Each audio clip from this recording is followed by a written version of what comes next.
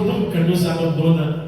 A tua presença é o nosso guia, a tua presença é que nos fortalece, a tua presença é que nos levanta e que nos sustenta, Senhor. Muito obrigado por essa conferência missionária.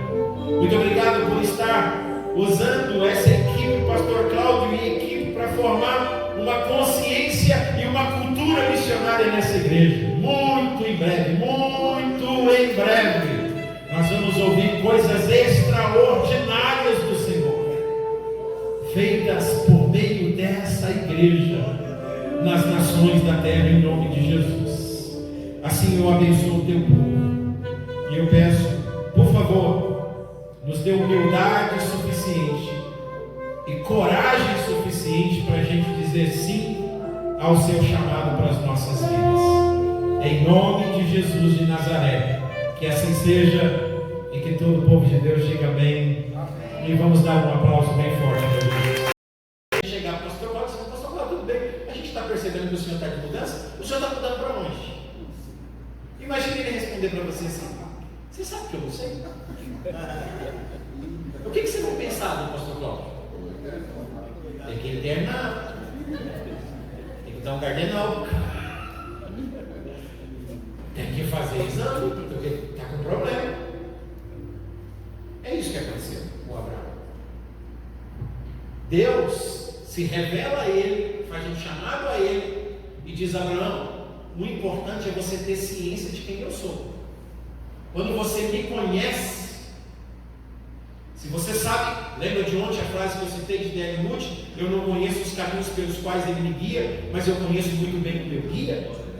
Esse é o segredo. Abraão não sabia quais eram os caminhos em que ele iria passar, mas ele sabia muito bem quem estava segurando na mão dele, dizendo: me segue, porque eu vou te levar para lá.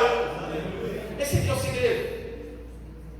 E nós, como igreja, e também de forma individual, a gente perde experiências extraordinárias de Deus na nossa vida. Por quê? Porque a gente quer uma garantia. 2010, quando veio o terremoto no Haiti, eu estava com a minha esposa e com as minhas filhas pregando, e foi a última vez desses 7 anos que eu tinha estado nos Estados Unidos. Foi a última vez. Depois, então, eu fiquei 7 anos sem voltar aos Estados Unidos, porque Deus falou comigo que Ele levantaria recursos desde o Brasil para abençoar a nação do Haiti, que eu não dependeria dos recursos da nação americana, da igreja americana. Era um querido meu, era uma experiência minha. Eu não estou dizendo que Deus vai fazer isso com você, cada um tem a sua experiência. Então eu falei para a minha família: vocês voltam para casa, porque daqui eu não volto para o Brasil, eu preciso ir para o Haiti. E eu chamei os pastores, ligava para os pastores, para os meus amigos: gente, eu preciso ir para o Haiti, eu tenho 6 malas de doações que eu consegui, e eu vi as crianças morrendo de fome, comendo barro e papelão, e eu preciso ir para lá. Mas ninguém tinha coragem, ninguém dizia: cara, o país está em crise, está tudo destruído, as pessoas estão se matando, e os aviões estão sendo, as pessoas estão roubando, estão saqueando o aeroporto, a doença está lá, a cobra está matando. Eu dizia: mas eu tenho um chamado para ir para lá, eu tenho que ir para lá. E as 32 ligações que eu fiz, os meus amigos diziam: cara, eu não vou conseguir ir, eu não vou poder ir, eu tenho medo de ir. Alguns foram bem claros em dizer para mim: eu tenho medo de ir. Até que eu encontrei o pastor Darley Teixeira. Tinha que ser Teixeira, né? Tinha que ser um outro maluco, né? Encontrei o pastor Darley e falei assim para ele: cara, eu preciso que você me acompanhe numa viagem missionária. Varão, bem mineiro, varão, vai ser uma alegria te acompanhar para a obra missionária. E eu falei: então, vamos comprar sua passagem logo. Ele nem perguntou para onde que é. Ele falou: não, tem que conversar com a minha esposa para ver se ela permite. Eu já corri assim na frente da Dani e falei: Dani, é o seguinte, vem cá, eu preciso da ajuda do seu marido, estou fazendo uma viagem missionária, é aqui rapidinho, 45 minutos daqui, não vai nem ser muito longe, a gente vai fazer um bate-volta, coisa rápida, e eu preciso que você abençoe. Não, tá bom, não pode, deixa que meu marido vai com você, são só esses dias, não tem problema. Aí entramos no computador, compramos a passagem e nos encontramos no aeroporto. Lá no aeroporto ele fez 3 perguntas para mim. Primeira pergunta: varão, quem que vai receber a gente lá no aeroporto? Eu falei, meu amigão, não tem ninguém não. Ninguém vai receber a gente lá no aeroporto. Aí ele arregalou os olhos assim. Falou, parou! Quando a gente chegar lá, a gente vai ligar para quem ir buscar a gente. Falei, cara, eu não conheço ninguém lá, não tem telefone para ligar para ninguém. Aí ele olhou assim para mim e falou, então, e qual hotel que nós vamos ficar lá, Varão? Eu falei, que eu saiba, não tem nenhum de pé, está tudo caindo. Ele disse assim, você é maluco, Varão? Você é maluco? Eu falei, sou, só estava precisando de mais um. Pelo amor de Deus, cara, eu estou escrevendo essa história e estou pegando a versão do próprio pastor Dario. Ele olhava assim, para quando o avião pousou em Porto Príncipe, ele olhava que o aeroporto estava tudo destruído e tinha uns buracos assim nos muros que as pessoas pulavam e passavam por dentro desse buraco para vir correndo diante do avião para pegar as malas das pessoas. E ele disse assim, eu não vou descer não, mano. Eu não vou descer não. Eu dizia, cara, você vai descer sim. Vem comigo até aqui, você vai descer sim. E eu sei que até a gente chegar numa vanzinha, a gente já tinha gastado $110 para pagar alguns guardas. Os guardas andavam 10, 15 metros com as nossas malas e assim, é só até aqui. Se você quiser um pouquinho mais, tem que pagar para esse outro guarda aqui. E aquela muvuca de gente tentando pegar as coisas. Eu sei que a gente teve umas 6 paradas até a gente chegar numa van. E uma mulher, a dona da van, disse assim, a gente não tem hotel aqui. A gente não tem hotel. Aí eu lembro que a gente achou um quarto, depois de muito rodar, mais de 2 horas, de ver as pessoas saqueando tudo, quebrando, tirando os cadeados, os caminhões em movimento, abrindo as caçambas dos caminhões, jogando as coisas para fora. Era uma loucura, a nação estava uma loucura, 1.800.000 pessoas morando na rua. Nós achamos um quartinho onde nós guardamos as malas e passamos assim uma corrente, um cadeado, fechamos, a gente guardou a chave. E agora não, a gente tem que sair para a rua.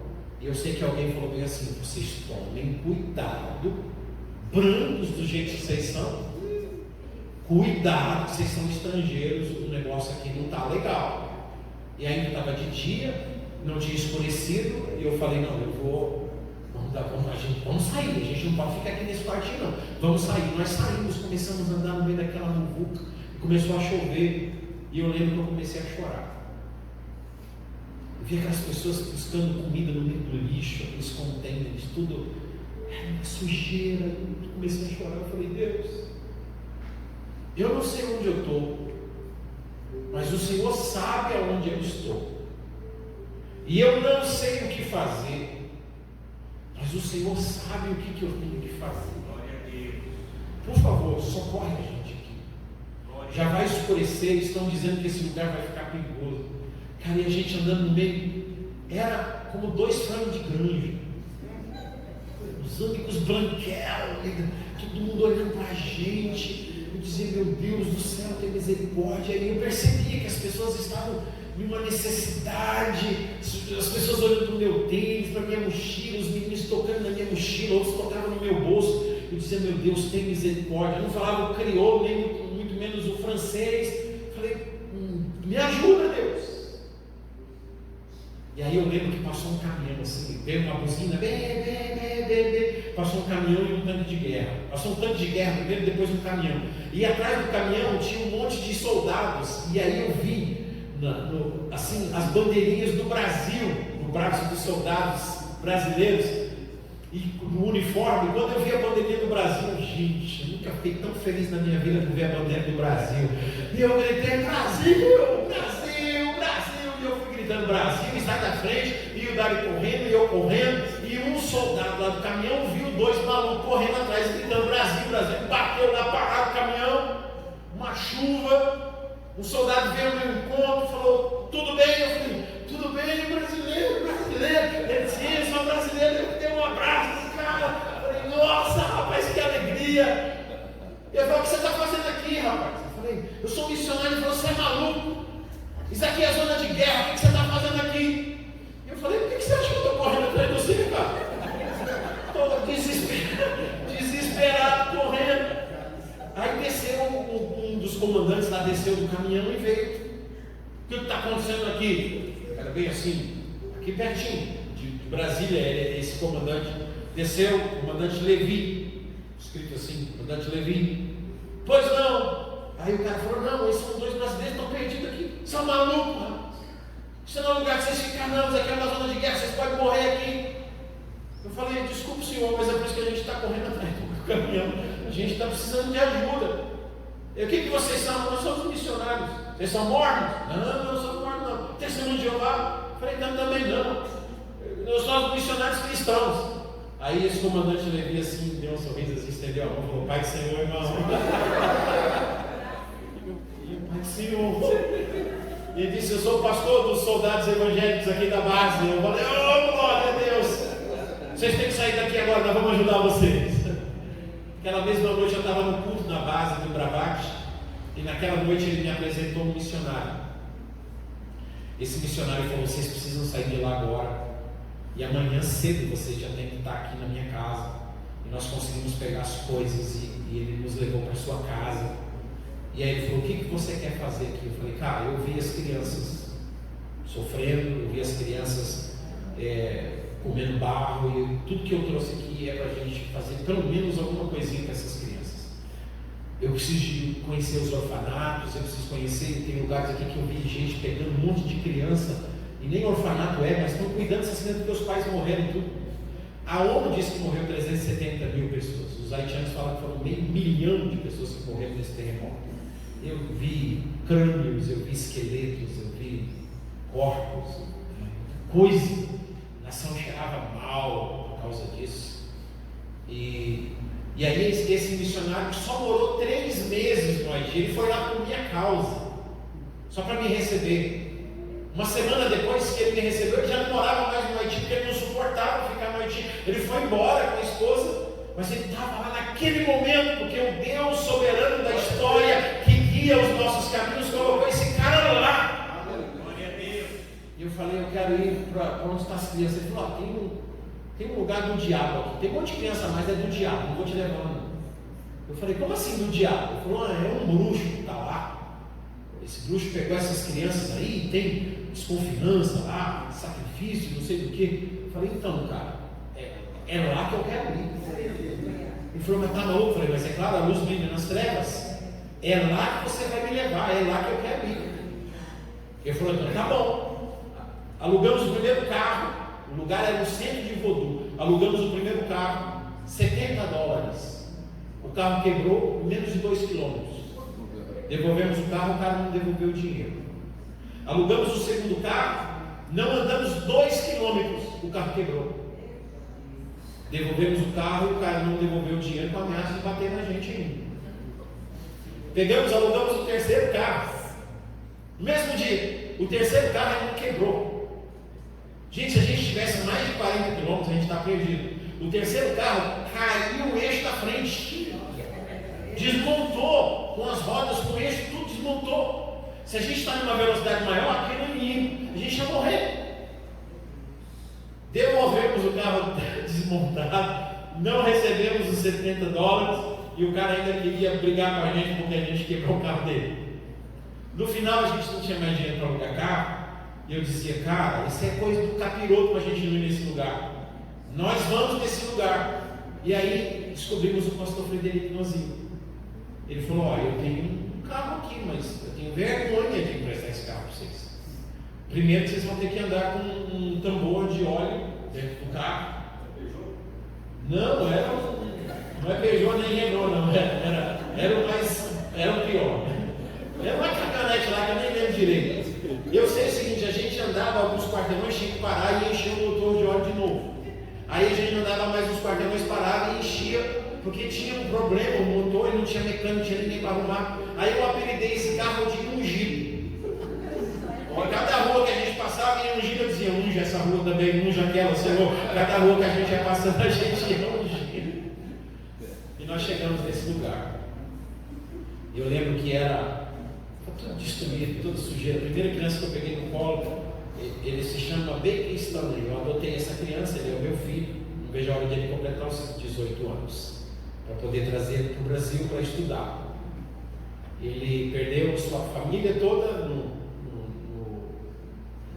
membros da sua família no terremoto, e eu peguei essa criança no meio do lixo, e esse senhor, que era um bruxo, segundo eles era um bruxo, depois a gente descobriu que ele era mesmo um voodoo, um bruxo feiticeiro do voodoo. Ele me recebeu e eu disse: eu vim aqui, eu trouxe essas coisas para essas crianças, eu gostaria de dar um banho nelas, de arrumar um caminhão-pipa, trazer água, de trazer remédio para elas, de dar esses brinquedinhos, esse sabonete, essa pasta de dente, escova de dente, esse álcool gel, essa toalhinha. E esse camarada gostou de mim. Eu falei: daqui uns meses eu volto. Voltei para arrumar a cozinha, depois voltei para fazer os quartos, depois voltei, e não era um orfanato, era um centro de voodoo. Toda sexta-feira batia tabaco no meio, junto com as crianças, levava as crianças lá. E se você entrasse no Google na época, aquele orfanato era um orfanato que tinha suspeita de sacrifício de crianças. Quando eu cheguei, a primeira vez que eu cheguei no orfanato, eu tenho as fotos dos esqueletos, da caveira de seres humanos adultos, como caveiras de crianças, crânios pequenos, como pedaços de vísceras dos corpos dentro de latas com álcool. Era uma coisa medonha, mas a luz de Deus brilhou naquele lugar.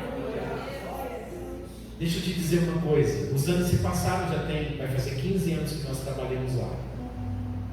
Os anos se passaram.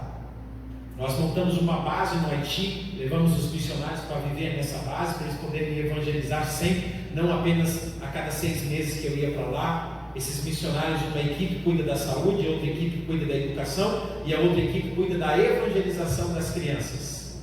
Com o passar dos meses, todas as crianças entregaram suas vidas para Jesus. Não existe mais o bater do atabaque nas sextas-feiras, porque primeiro ele levava as crianças, depois ele não levava mais as crianças, e a gente perguntou por que ele não levava mais as crianças. Ele dizia: porque as crianças agora lá impediam dos espíritos descer, porque as crianças agora eram todas cheias de luz, de Jesus. E no final ele ficou muito doente, enfermo, teve que ir embora, mas a sua esposa, nós tivemos o privilégio de levá-la a confessar Jesus, e também a sua filha, nós tivemos o privilégio de levá-la a confessar Jesus como Senhor da sua vida. E é um orfanato hoje que a gente pode dizer, não mais um orfanato de bruxos, mas um orfanato que a gente tem um monte de crianças servas do Senhor Jesus, que adoram ao Senhor Jesus. E hoje nós não temos só um, nós temos uma equipe e temos 8 orfanatos naquela nação, com dezenas e dezenas de crianças que pertencem ao reino de Deus e adoram e glorificam o nome do Senhor Jesus. E tem várias pessoas aqui nessa manhã que já foram comigo, inclusive o seu filho já esteve comigo na nação do Haiti, conhecendo os órfãos que a gente cuida. Hoje nós temos um ministério muito abençoado naquela nação, mas é sair sem saber o que é que me espera. Eu só ouvi uma voz, vai para o Haiti. Eu não tinha garantia de onde dormir, eu não tinha garantia de onde comer, eu não tinha garantia de quem iria me receber. A gente começa a colocar muitos seis, muitas condições para Deus, e a gente perde a oportunidade de ver gerações inteiras sendo transformadas. Abraão saiu sem saber para onde ia, mas ele sabia quem estava com ele. Eu termino nessa manhã contando uma experiência para vocês. Alguns de vocês já sabem. Era janeiro de 2017. Eu vou encurtar a história. Eu tinha passado pela Turquia, tive um sonho na Turquia. Eu sabia que era um sonho profético de algumas tribulações que me aguardariam nessa visão. A princípio era uma equipe de 5 pessoas. Aí teve um atentado de bomba em um desses países. A equipe de 5 pessoas desistiram. Então a minha equipe virou só a eu-equipe. Não era mais uma equipe, era a eu-equipe. Todos desistiram e eu disse: não, Deus falou comigo para eu ir. E eu vou, mesmo que nenhum de vocês me sigam nessa viagem, eu vou. E eu fui. Conheci um muçulmano na Turquia, comecei a evangelizá-lo, terminei a evangelização dele em Moscou, por 3 dias evangelizando esse moço. E ele me fez fazer uma promessa de que eu iria cancelar na volta os meus 3 dias no hotel em Moscou e que eu ficaria na casa dos seus pais, com 7 primos deles, todos muçulmanos. E eu lembro que quando eu entrei a primeira vez naquela casa, cada parede tinha 2 espadas enormes, assim. E eu mandava no WhatsApp dos irmãos, olha por mim onde é que eu estou. Por favor, eu quero voltar ali para casa e aqui tudo é muçulmano, né? Mas o pai desse menino me amou, preparou uma sopa. E ele disse para mim: You are an angel, God sent you in my house. Você é um anjo, Deus enviou você à minha casa para você cuidar do meu filho. Ele casou a semana passada, Aslan. Ele vive na cidade de Bishkek, no capital do Kirguistão hoje. Um menino que ainda ele é muçulmano, mas já está começando a orar a Jesus. Está entendendo as coisas de Deus. E eu lembro que eu fui. E aí fui para o Kirguistão, participamos das reuniões que eu não posso falar, porque está sendo gravada. Fomos para o Cazaquistão também, não posso falar, mas no Cazaquistão eu consegui algumas bíblias em russo, porque eu estava indo na volta para a casa desses muçulmanos que falavam russo, e então eu iria levar as bíblias em russo para eles. Aí de lá eu fui para o Tajiquistão, preguei no Tajiquistão alguns dias. Quando eu estou voltando por terra, no deserto do Tajiquistão, para entrar no Kirguistão, a 28 graus abaixo de zero, a polícia para o nosso carro. E eles não mexeram em nenhuma mala, eles só foram na minha mala. Eles não mexeram em outros zíperes, eles só abriram um único zíper. E era o zíper onde estavam as Bíblias. E lá você pode pegar 2 anos de prisão se eles acharem você com a Bíblia. Não existem igrejas, as igrejas são clandestinas. As igrejas são nas casas. Você não pode abrir uma igreja nessa nação, é proibido. É uma nação com 99,9% da população de muçulmanos. E eles me pegaram, aprenderam meu passaporte e me levaram para a delegacia. Foram 6 horas de interrogação, foram 8 interrogações, 8 policiais. Eles revezavam porque eles estavam morrendo de frio. E eles iam para a sala quente, mas eu e o Novos, que era meu amigo intérprete, missionário, Kirby, a gente ficava nessa sala fria. Eu cheguei uma hora que eu falei: Deus, eu preciso que o Senhor me faça desmaiar. Eu preciso desmaiar. Por favor, me faça perder o sentido de desmaiar. Porque eu não estou aguentando mais. O poder de Deus é tão extraordinário. Eu estava há 36 horas sem dormir, sem comer, sem tomar banho. Naquele dia, em um dos cultos, eu tinha pregado 5 horas e meia. Porque lá não é assim, você tem microfone, você tem os bancos. Não, é na casa das pessoas. Então, como não pode fazer muito barulho, eles já vão com as perguntas feitas. Então, tem uma caixinha cheia de papeizinho com perguntas, que é o que você vai tratar na sua mensagem. Como eram muitas perguntas. Então eles iam fazendo as perguntas para mim, e eu ia ensinando a Bíblia, abrindo a Bíblia, ministrando a Bíblia, e nós ficamos 5 horas e meia. Depois então a gente viajou para uma outra cidade, e a gente pegou a estrada, e a gente estava muito cansado. E eu falei: Deus, eu preciso que o Senhor me faça perder a consciência, eu preciso desmaiar. Por favor, eu não estou aguentando mais. E eu lembro que quando saiu o 7º policial, ia entrar o 8º policial, eu estava sentado, e nesse período em que ele foi, voltou ele e o Norris, nós conversamos assim: cara, vamos orar. Eu falei: Norris, eu não aguento mais, cara.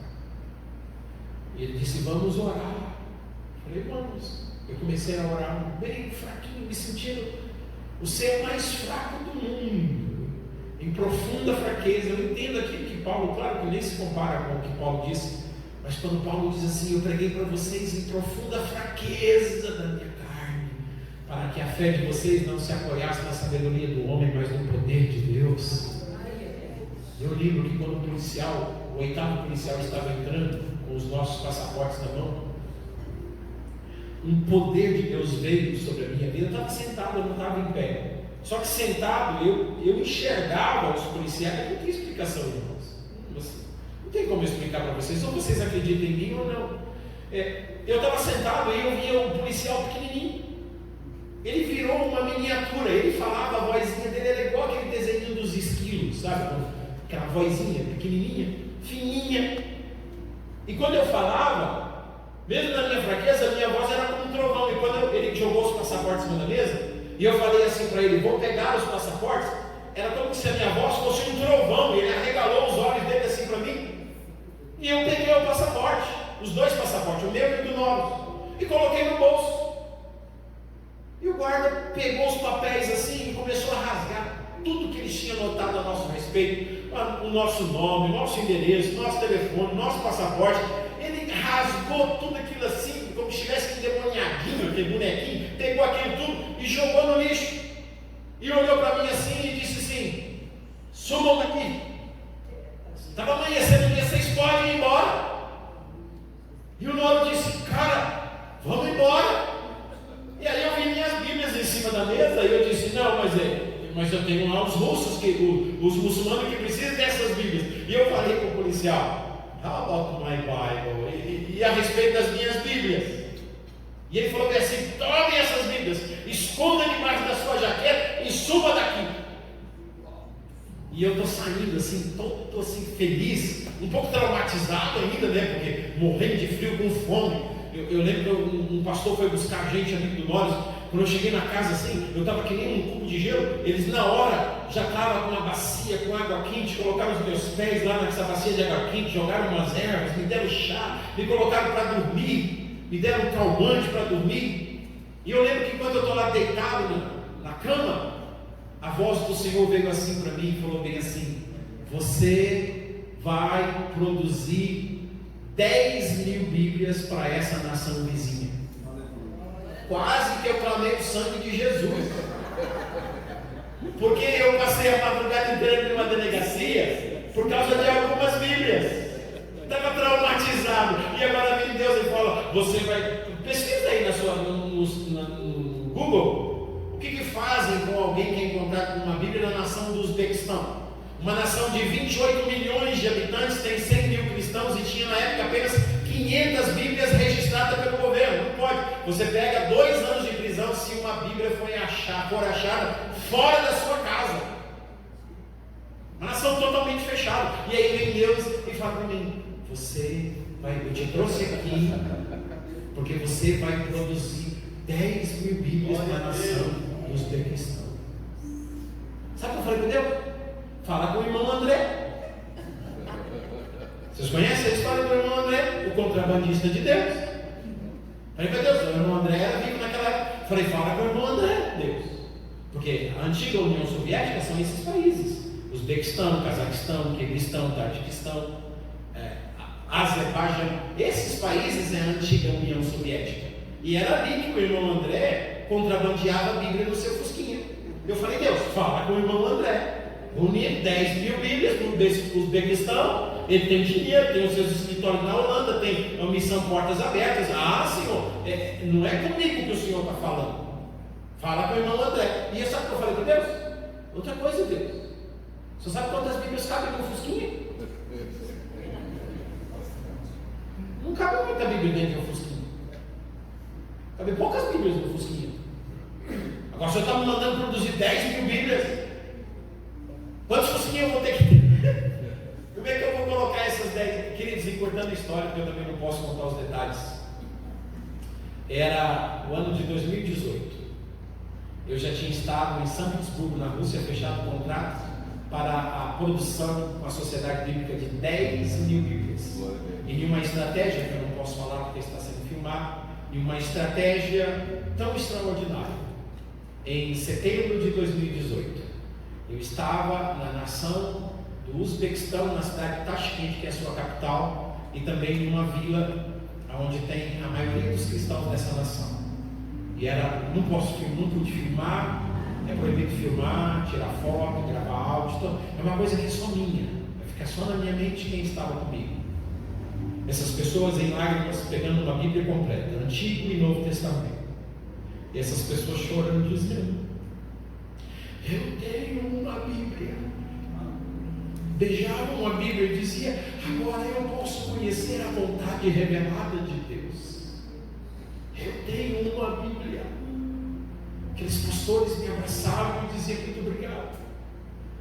Você vai dizer: cara, eu sou um brasileiro, gente. Eu não sou um norte-americano rico. Eu não podia usar a internet para pedir dinheiro. Fiz um WhatsApp, mandei para os meus amigos no Brasil, gente. Fui detido, aconteceu isso, escutei a voz de Deus. Não posso postar nas redes sociais. Preciso de $60 mil para fechar um contrato para 10 mil Bíblias. Questão de meses.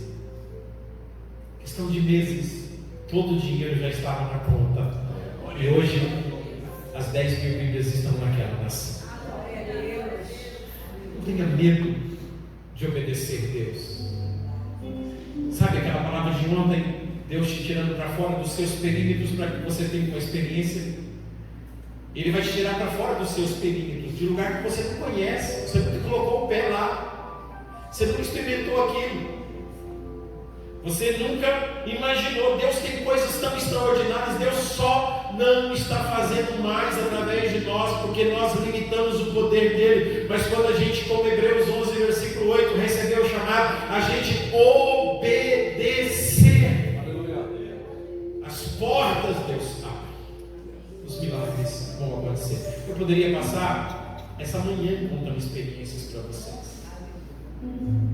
Mas eu acredito que isso aqui é suficiente para você dizer: Senhor Jesus,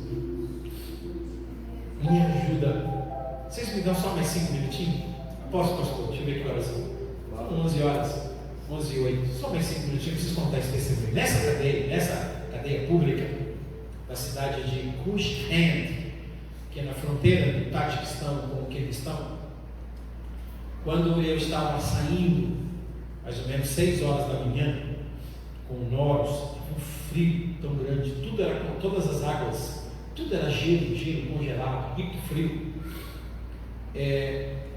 O pastor que veio nos pegar, que me levou para sua casa, colocou um tapete no chão para eu dormir, e colocou uma água, uma bacia quente para aquecer o meu corpo, ele falou assim para mim: essa semana, nessa mesma delegacia, um evangelista nosso foi condenado a 8 anos de prisão, porque ele fez o que você estava fazendo. Como ele não é estrangeiro, ele foi condenado a 8 anos de prisão. E hoje nós vamos levar a cesta básica para sua esposa e para os seus filhos. Você gostaria de ir com a gente? Gente, a minha força voltou na hora. Eu disse: claro, pastor, claro que eu vou. Eu preciso conhecer essa família. O que eu posso fazer também, alguma coisa? E eu fui conheci a esposa desse evangelista, uma mulher com o rosto mais sereno que eu já vi na minha vida, sem semblante de tristeza, sem semblante de angústia, um rosto sereno e tranquilo. E nós levamos, o pastor entregou a cesta básica, eu deixei uma oferta para ela, e eu perguntei, naquela época o seu filho mais velho tinha 15 anos, eu perguntei assim para ele: você está triste com Deus porque você não vai poder ver o seu pai, porque o seu pai está na prisão agora? Esse menino não entendeu a minha pergunta e pediu para eu fazer a pergunta de novo. Eu fiz a pergunta de novo, se ele estava decepcionado com Deus, magoado com Deus, porque agora o seu pai estava na prisão e ele não poderia vê-lo. E ele foi falando no idioma do Tati, e o Norris foi interpretando para mim. Ele falou bem assim: por que você está dizendo que eu não vou ver meu pai? É claro que eu vou ver meu pai. Todos os meses eu vou poder visitar o meu pai nessa prisão. Essa é a palavra do advogado, dos juízes. Todos os meses eu vou ver o meu pai na prisão. E na questão se eu estou decepcionado com Deus porque o meu pai está na prisão, esse menino falou para mim. Ele disse assim para mim: desde que eu sou menino, meu pai ora pelos prisioneiros. E ele disse para mim: meu pai sempre fala que todo dia morre um prisioneiro nessa prisão. E como eles não conhecem Jesus, eles estão morrendo e indo para o inferno. Meu pai sempre ora pela salvação deles. O meu pai já pediu muitas vezes para entrar nesse presídio, para pregar o Evangelho. Mas como meu pai é um cristão e esse presídio é de muçulmanos, meu pai nunca teve a permissão de entrar nesse presídio. Mas agora, Deus abriu uma porta para o meu pai cumprir o ministério dele dentro da prisão. Cara, você sabe o que é isso? Um filho dizer: Deus abriu uma porta para o meu pai cumprir o ministério dele dentro da prisão. Mas se é nós aqui, Satanás, você está repreendido. O pastor Cláudio para a cadeia, já pensou? A gente vai fazer greve de fome na frente da delegacia. Solta o pastor, solta o pastor, solta o pastor. Porque para nós, isso é um absurdo. A gente não sabe o que é viver em países de igrejas perseguidas. Eu lembro que eu vi esse vídeo depois, em 2019. 2020 chegou.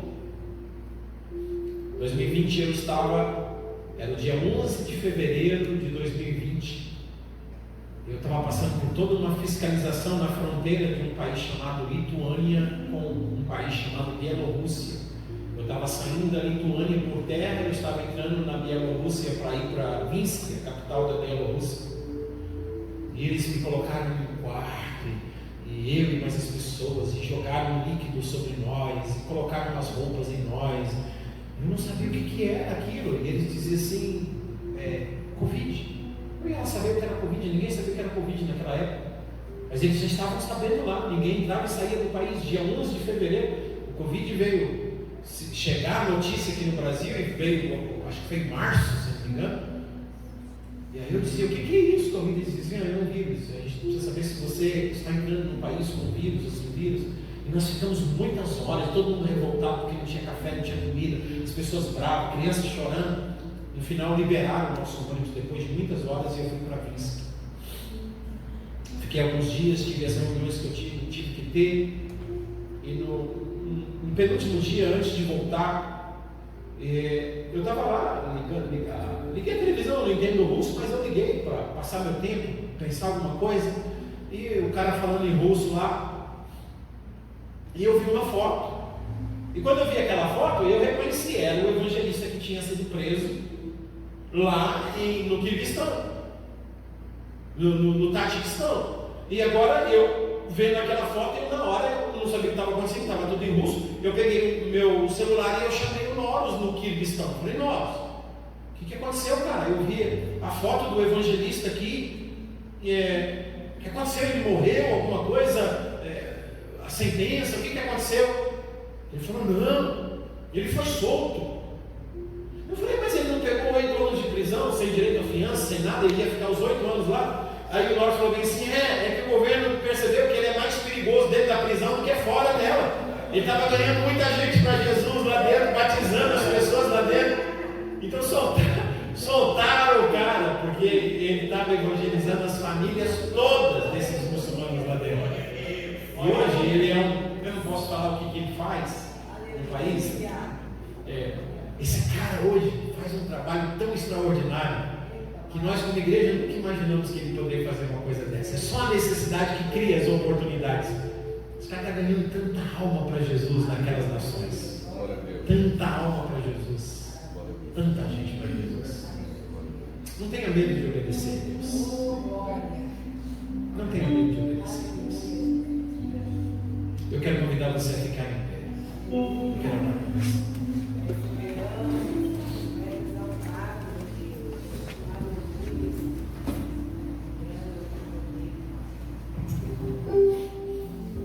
Não tenha medo de cumprir o chamado completo de Deus para a sua vida. Que você possa dizer como Paulo: eu terminei a minha carreira. Eu não fiquei parado no meio do caminho.